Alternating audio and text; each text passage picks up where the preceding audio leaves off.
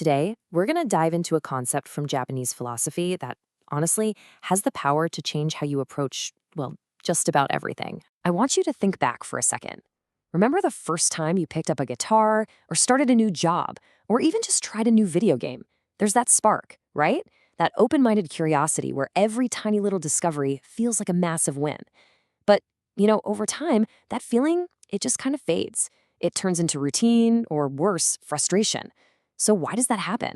And is there a way to get it back? Well, the secret to holding on to that initial spark lies within a Japanese concept that gives this exact feeling a name and a whole philosophy to go with it. That word is Shoshin. It's usually translated as beginner's mind. And on the surface, that's exactly what it is. That pure, unburdened feeling of being brand new to something. You're full of potential, you're free of ego, and you're open to literally all possibilities. But here's the thing. That simple definition, the one you see on inspirational posters, that's just the tip of the iceberg.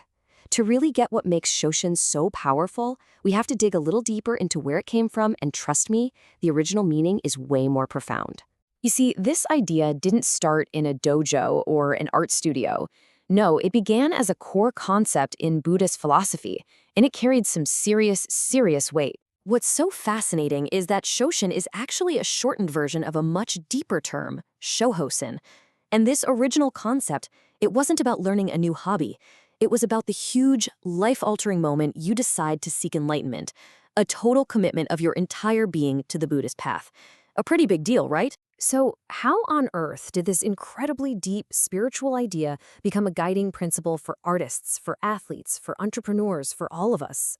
Well, the answer lies with one of the most influential figures in the entire history of Japanese art. That artist was Zeami Motokyo. He was a legendary 15th century master who basically wrote the book on the art of Na theater. And it was Zeami who took this spiritual vow and transformed it into a guiding principle for the whole world.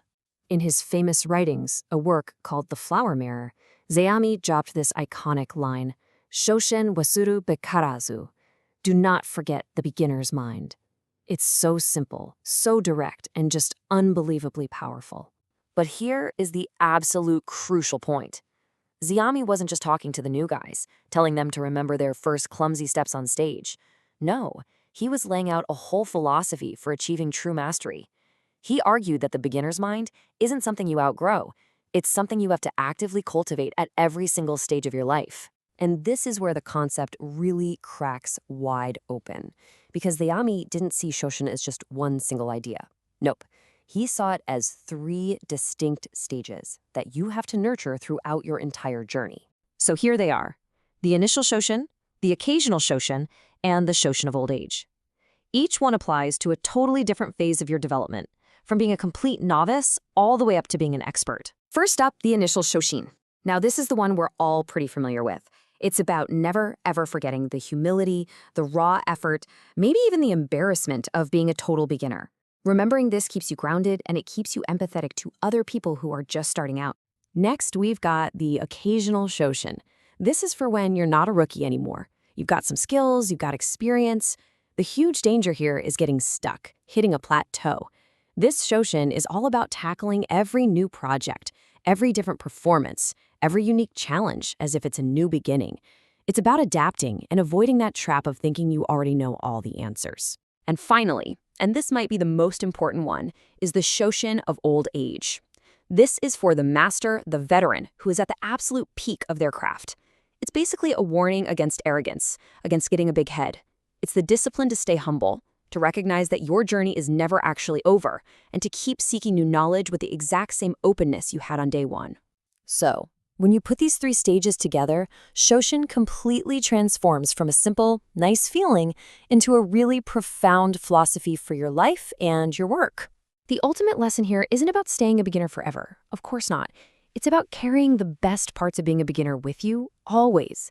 It teaches us these deep cultural values of humility and diligent, nonstop effort. And it totally reframes what mastery even is.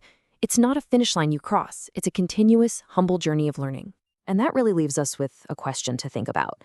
In your career, in your hobbies, in your relationships, where have you started to feel like an expert who kind of has it all figured out? Where might you benefit from letting go of your assumptions and finding that powerful, open beginner's mind all over again?